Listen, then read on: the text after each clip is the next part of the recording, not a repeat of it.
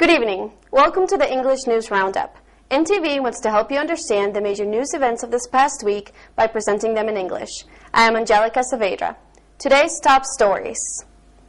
After the decision to cancel mining licenses granted to operations working along river basins and forest areas, the Association of the Companies to be Affected warned that the move will also affect banks. Since the decision, Parliament members have promised to consider granting other licenses to these affected companies. Government officials stress, however, that the suspended licenses reflects national environmental concerns. Mining companies have come together to oppose the government's decision to review and revoke licenses of explorers and extractors in river basins and forest areas. Altogether, 254 licenses held by the gold mining companies have already been identified for cancellation. According to this Association of Companies, many mining companies would go bankrupt if the law is implemented, and thousands will lose their jobs, causing families to suffer. Many of those companies received foreign investment and have worked stably, paying taxes into the state budget. The association also asserts that while some companies might not have worked in a satisfactory manner, the entire sector cannot be punished in such a way. Currently, the government is considering a grant of 4 trillion Mongolian tugarks to be paid to these mining companies as compensation. However, this compensation amount has not been included in the 2011 budget, and the association believes that the government does not have this money. This is considered a problem as many companies have large bank loans to repay. If they fail to do so, the banking sector will also be destabilized. But officials say that the suspension of licenses reflects national environmental concerns. According to officials, people need to drink water and not gold. Thus, the law must be implemented in any way possible to protect the environment. The government is going to consider allowing other licenses which will be used along water basins or forest areas, and is considering how to resolve the unemployment issue created by the upcoming implementation. In order to decrease the crime rate, lighting of the capital streets must be improved. A recent survey has revealed that most crimes in Ulaanbaatar occur in dark streets. Street lights in Ulaanbaatar are still fairly rare, and the most crimes occur in streets that are not well illuminated. For example, about 10,000 crimes that were recorded during the first 11 months of 2010 occurred between the hours of 8 p.m. to 6 a.m. Police believe that good illumination of the city streets may help prevent most crimes. To look advanced into this, the police department held a meeting with the business entities and other organizations that are members of the Mongolian National Chamber of Commerce and Industry. The members expressed their willingness to support and afford to better illuminate streets in UB. During the meeting, the Illumination Management Department said that it is not secret the department wasted some money buying poor quality lighting due to the lack of experience a few years ago. Learning from this, the department has decided to buy the latest LED lighting from Russia, believing that this is worthwhile technology. Although this year, the department is going to install the same type of lights as in previous years, and in next year, it will launch the new LED lighting throughout the UB. Because each LED light costs about 1.5 million tugruk and the department is faced with some financial problems, it hopes that business entities will help to resolve this problem. Currently, there are about 20,000 lights needed to illuminate UB entirely. In addition, the Ulaanbaatar administration is requiring business entities and individuals to illuminate fences and surrounding areas outside their homes or office.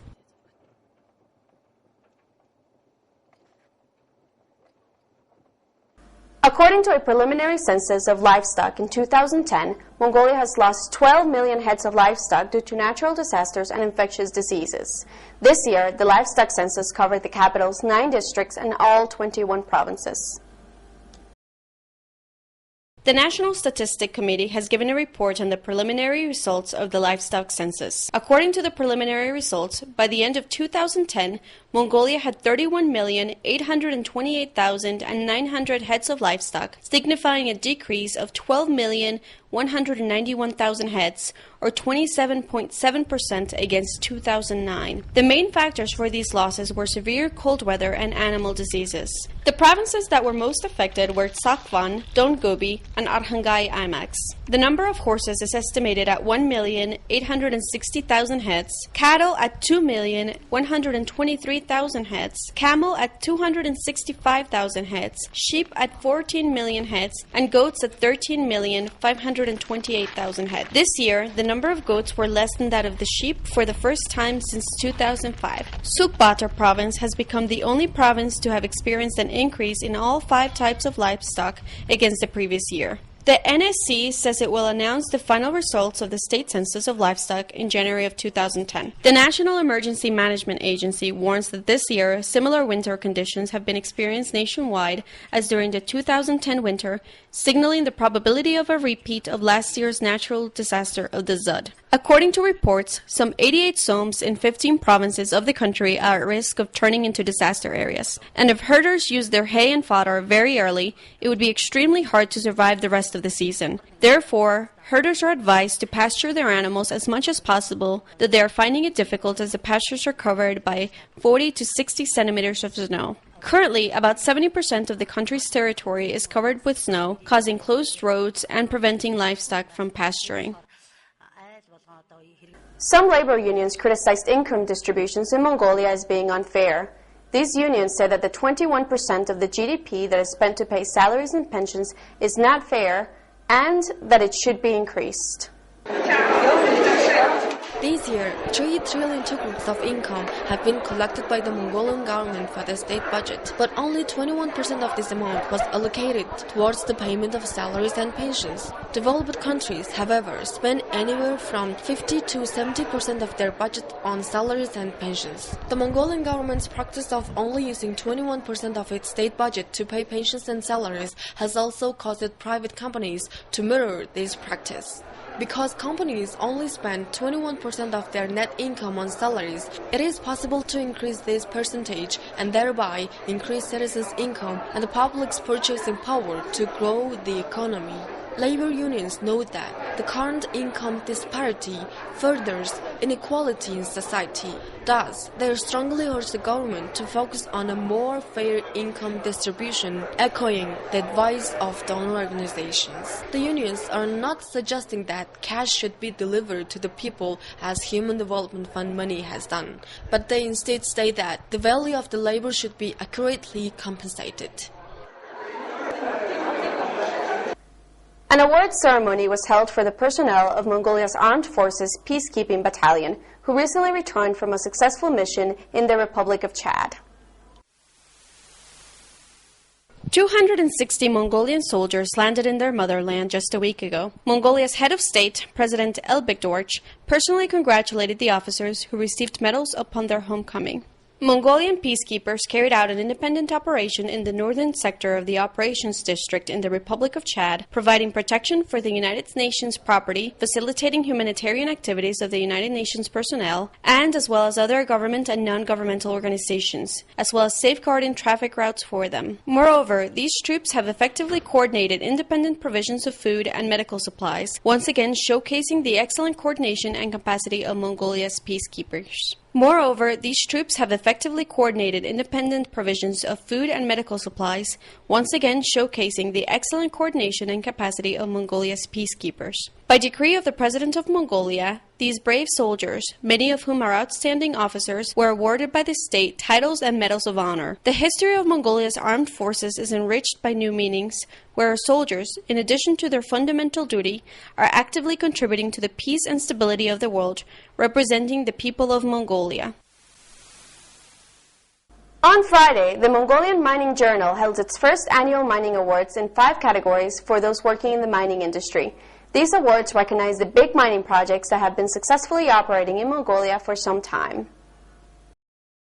In common with the other mining countries, Mongolia too finds that this rapidly developing industry is bringing numerous challenges. The awards was given to the companies that have best met these challenges and to the most innovative in 2010. There were 5 categories awarded this year: Explorer of the Year, the Mine Development, the Green Mining, the Best Mining Technology, and the Best Supporter for the Mining Industry. The Mongkling Company won the category of Explorer of the Year because of their success at the extracting 5.1 million tons of coal this year and the breaking Mongolian record of extraction and export. Erdnet Mining Corporation won the Best Mining Technology Prize for its successful use of technical innovation. Due to the innovation, internet mining increased the enrichment of the ore from 4 tons to 6 tons this year. The Green Mining Award was given to Bagnor LLC because of its successful reclamation project to support sustainable development. Bagnor accomplished a bioreclamation project in the area of 119.2 square hectares and also a technical reclamation project in the area of 137.5 square hectares since 1997. The Best Mining Development Award was given to Energy Resource LLC for the long-out roads, the power plant, and other infrastructure developments completed through their own financing. Finally, the Support for the Mining Industry Award was given to the Finance Minister Bayrak for his efforts in creating a better legal and investment environment in the mining sector. Thank you for being with us. Please send your suggestions and comments by visiting www.ntv.mn. I am Angelica Saavedra on behalf of the NTV News team.